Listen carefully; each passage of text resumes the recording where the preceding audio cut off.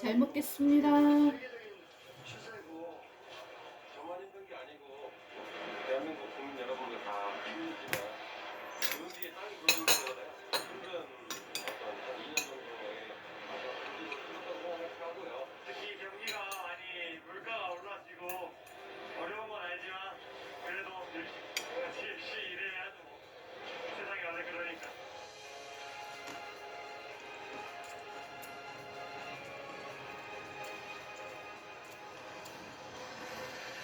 이른 새벽 일제히 일터로 나가는 인파 이처럼 각자의 자리에서 열심히 살아가는 이들이 새해에도 우리 사회를 움직이는 힘이 될 겁니다.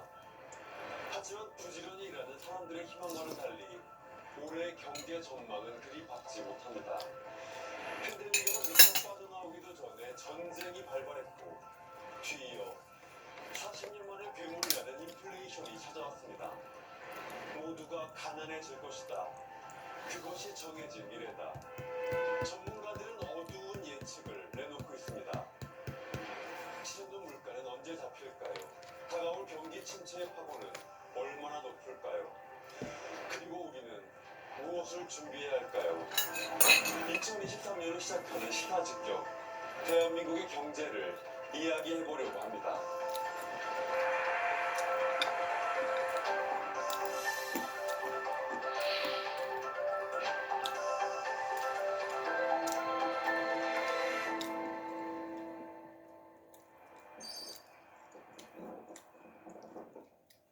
밤 9시 상수 씨가 일하러 갈 준비를 합니다.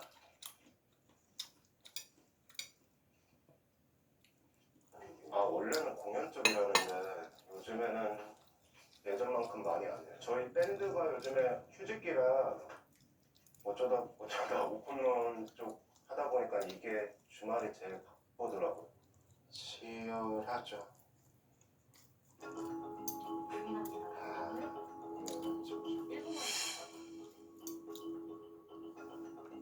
오픈런이라고 불리면 개장 전 줄서기를 대행해주는 것이 상수 씨의 부업.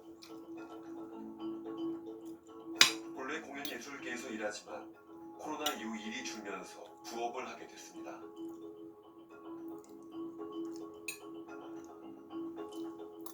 먹고 가야 돼요. 밤에 거기 압구정 거기는 먹을 데가 별로 없어요. 거기는 김밥집도 없어요. 편의점 음식 지겨워서. 좀 날씨 따뜻하면 그냥 김밥 같은 거 좀 데워서 갖고 와서 먹어도 되잖아요. 근데 지금 날씨에 먹으면 김밥이 얼을 거예요. 유난히 추운 이번 겨울. 너무 춥잖아요. 그래서 지금 2개씩.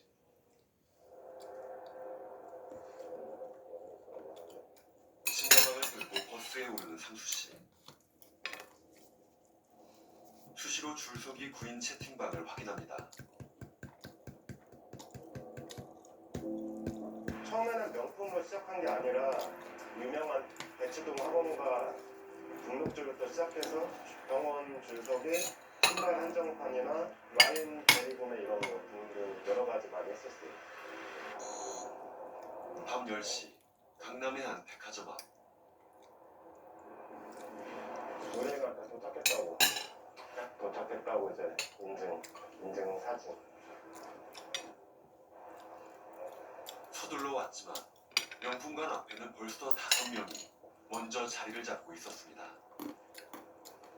이렇게 걸어놓고 따라.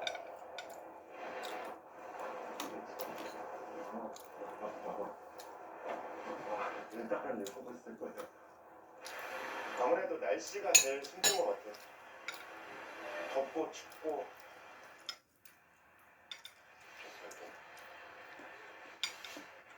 여기 매점 같은 경우는 아침 10시에 패드로 번호 등록을 해요. 이름이랑 번호랑 그 등록을 하면 입장 한 5분 전에 문자나 카카오톡으로 이렇게 입장하라고 이렇게 호출 문자가 오거든요. 입장 시간까지는 거의 12시간. 웅크린 채 겨울을 버티는 상수 씨. 예전 같으면 공연을 마치고 퇴근했을 주말 밤이 기쁘갑니다.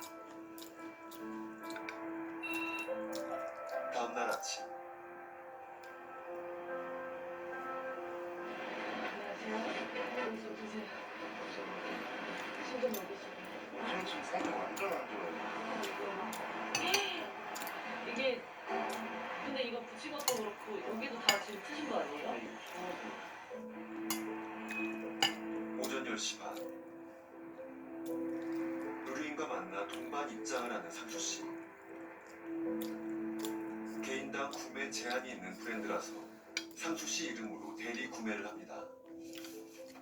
이름을 빌려주면 추가로 인센티브를 받습니다. 이게 얼마짜리예요?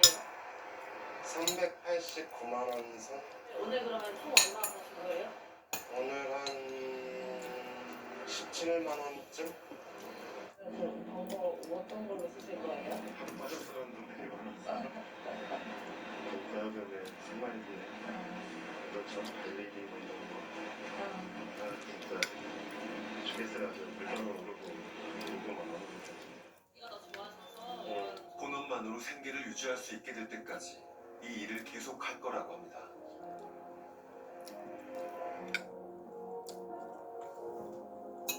부업에 나선 이들이 늘어나고 있습니다. 안녕하세요. 반갑습니다. 지금 준비 끝나시는가 봐요. 예, 그럼 조금 근무는 퇴근하고 07시부터 15시까지 일을 하고 그래서 바로 집에 갔다가 준비를 해서 바로 장사를 하러 갑니다. 전기차 부품 공장에서 일하고 있는 성실한 직장인 선우 씨. 8시간 근무를 마치고 퇴근하자마자 다시 집을 나섭니다. 1년 전부터 붕어빵 장사를 시작한 겁니다.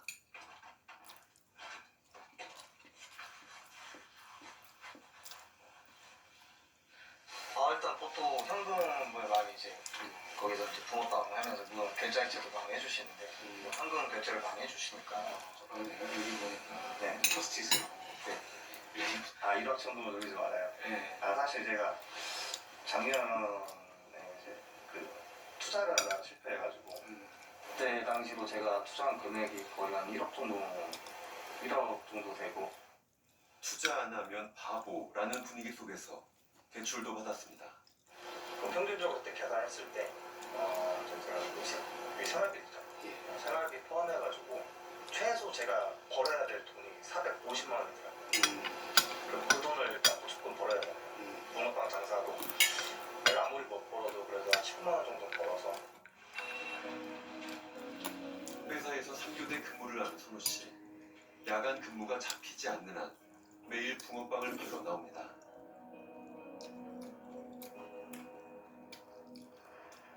처음에는 밤을 새가며 붕어빵 굽는 연습도 했습니다. 피자 붕어빵 진짜 맛있어요. 서비스로 주셨는데 진짜 맛있어요. 서비스로 줄게요. 대박 감사합니다. 화장실 갈 시간도 없이 7시간쯤 꼬박 서서 해야 하는 일. 사장님 저녁은 어떻게 드세요? 저녁은 솔직히 말하면 못 먹고 저녁은 이때 못 먹고 이제 다 정리하고 반죽이 떨어졌을 때 오뎅이 좀 나오면 오뎅 몇 개를 넣어서 오뎅이랑 뭐 반죽이 남은 거 많이 넣어드릴게요. 새벽 1시까지 붕어빵을 팔고 6시에 일어나 다시 출근하는 삶. 할 수 있는 건 모든 걸 다 했죠. 출퇴근할 때 항상 버스를 이용했으니까 햄버거가 먹고 싶어요. 폴트 같은 거 모아가지고 나머지는 다 이제 나머지 지출은 다 이제 써주니까 지출은 필사적으로 줄이고 일은 최대한 늘리는 시대. 월급만으로는 생활이 어려워진 이들이 부업에 뛰어들고 있습니다. 지난해 부업자는 역대 최고치인 54만 7천 명에 달했습니다. 그중 약 70%가 가장인 것으로 분석됐습니다.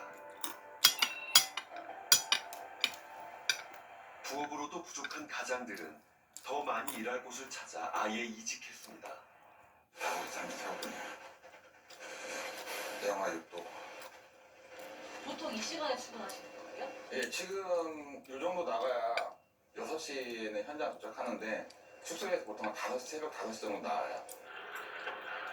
반도체 공장 건설 현장으로 향하는 작업자들. 하루 6만 명에 달한다는 이 인파 속에 상진 씨도 합류했습니다. 벌써 6개월이 다 됐습니다. 원래도 약간 이렇게 현장 일 하셨던 아니요, 이런 일은 진짜 20살 때 친구랑 아르바이트로 노가다 용돈 벌려고 한 일주일 했던 거 외에는 아예 없죠. 왜 컴퓨터 앞에서만 장사하고 중고노트 메이크해서 판매하는 사업을 했는데 매입이 잘 안 되고 다른 사업 하려고 해도 인건비니 광고비니 뭐 임대료니 이런 게 너무 많이 들어가서 엄두가 안 나요. 불족이에요. 그렇다고 해서 이 나이에 뭐 다른 회사에 들어가기도 그렇고 본업으로 돌아갈 수 있을 때까지 강도 높게 일할 곳을 찾다가 이곳으로 왔습니다.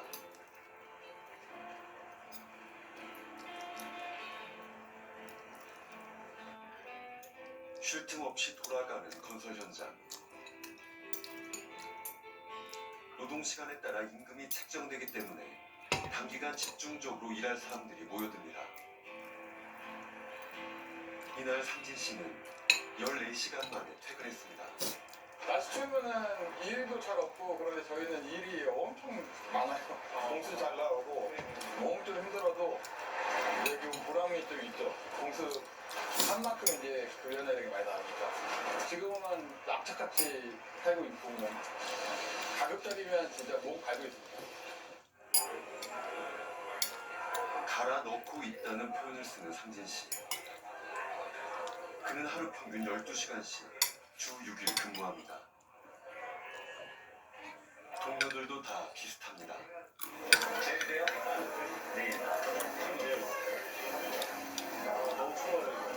아 형네 외부지? 형네 외부지? 근데 우리는 짠데. 우리 1층에도 외벽이 없으니까 지금까지 한 번도 안 가지고 내일은 서울비야? 나는 다른 건 몰라도 지갑 조퇴는 안 해. 나 요즘에 2시만 했겠다고 직업병 하냐고 직업병이야 새벽에 그냥 떠져. 그렇게 잘했으니까 살이 지금 많이 빠졌어. 얘도 빠졌고. 이들은 현장 가까이에 아예 월세방을 잡고 가족과도 떨어져 일하고 있습니다.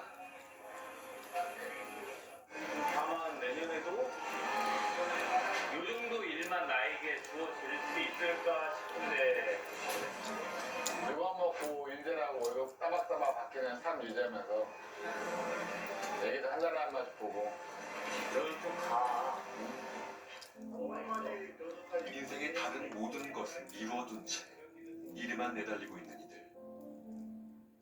6명이 함께 지내는 상진 씨의 숙소.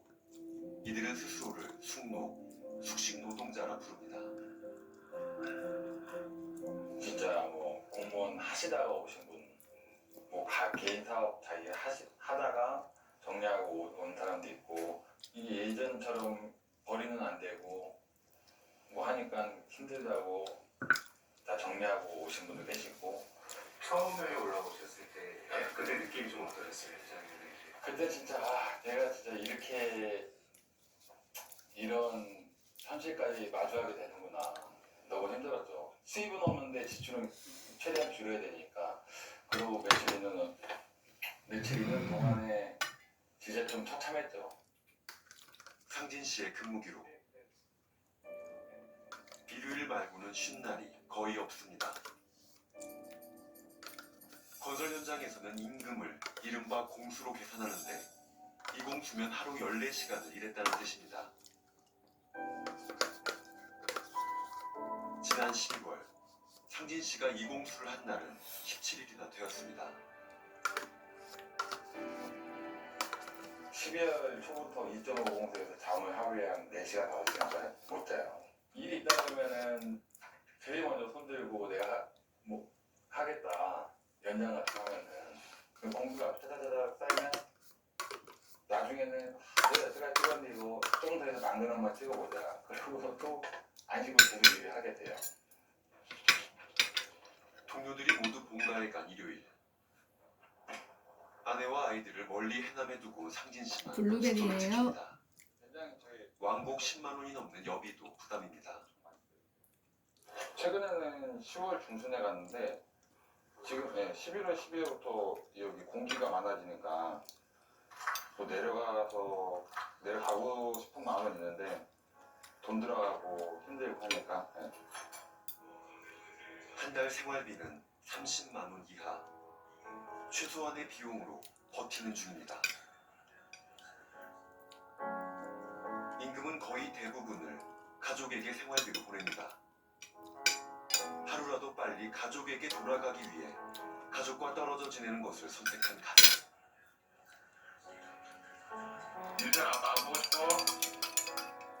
왜 괜찮아? 아빠 지금 일곱 밤 자면 크리스마스네. 아빠 크리스마스 때 갈 건데. 크리스마스 때 갈 건데 크리스마스 선물 사갖고. 진이야 아빠 빨리빨리.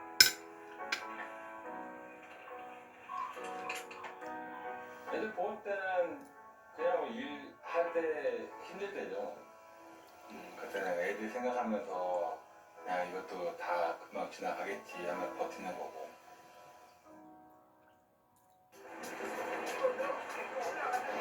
더 많이, 더 오랫동안 일하는 것으로 고물가 시대를 견뎌내고 있는 사람들. 고용노동부 발표에 따르면 실질 임금은 7개월 연속 떨어졌습니다. 인플레이션 때문입니다. 통장에 들어온 급여는 조금 올랐어도 물가가 오르는 폭이 워낙 커서 임금의 실제 가치가 떨어지고 있는 것입니다. 지난해 여름 우리나라 물가 상승률은 24년 만에 최고치를 기록했습니다. 정점은 찍었지만 올해도 인플레이션은 여전히 높은 수준에서 오래 지속될 것이라는 게 대체적인 전망입니다. 고물가, 무엇이 문제일까요? 고물가를 잡지 못하면 우리는 어떤 여파를 맞게 될까요?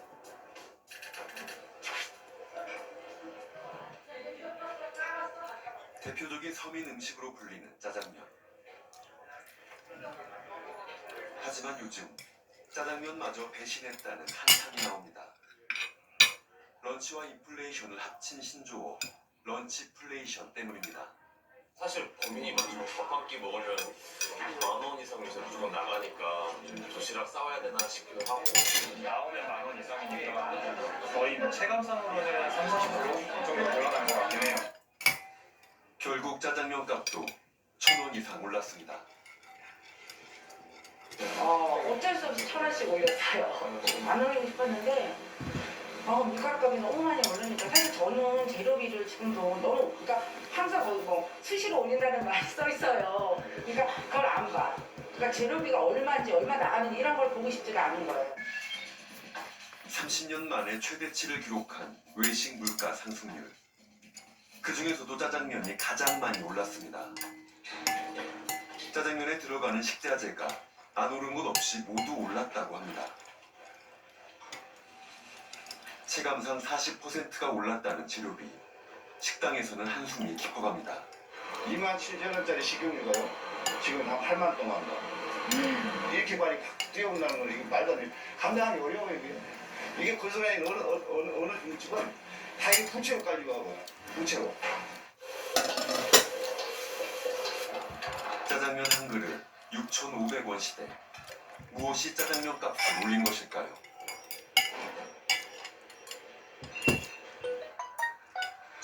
매주 물가 동향을 조사하는 한 연구원을 따라가 보았습니다.